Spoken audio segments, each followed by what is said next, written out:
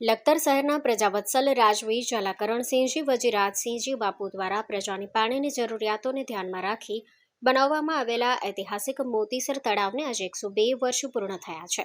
12 જૂન 1924ના રોજ પ્રજાજનોના ઉપયોગ માટે ખુલ્લું મુકાયેલા તળાવ આજે પણ લખતરના ભવ્ય ઇતિહાસ અને રાજવીની લોક કલ્યાણકારી દ્રષ્ટિની સાક્ષી બની રહ્યું છે। રાજવી કરણસિંહજીએ પોતાના શાસનકાળ દરમિયાન ગઢ, શાળાઓ, મંદિરો સહિત અનેક પ્રજાલક્ષી કાર્યો કર્યા હતા। મોતીસર તળાવના નિર્માણ પાછળ પણ પ્રજાને પાણી અને રોજિંદી જરૂરિયાતોની સુવિધા પૂરી પાડવાનો હેતુ હતો। સમયગાળામાં અંદાજે ₹5,000ના ખર્ચે તળાવ સાથે પાણી ભરાવવાનો આરો, સોરમઘાટનો આરો, ધોબીનો આરો, પીપળવાડું આરો સહિત વિવિધ આરાઓનું નિર્માણ કરવામાં આવ્યું હતું। આજે પણ લખતરવાસીઓ મોતીસર તળાવ અને તેના આરાઓનો ઉપયોગ કરી રહ્યા છે। જોકે સ્થાનિક લોકોના જણાવ્યા મુજબ તળાવમાં યોગ્ય જાળવણી અને નિયમિત સફાઈના અભાવે તેની ઐતિહાસિક ઓળખને જાળવી રાખવા માટે તંત્ર દ્વારા વિશેષ ધ્યાન આપવાની જરૂરિયાત છે। Story report by Jayendrasinh Zala, Surendranagar.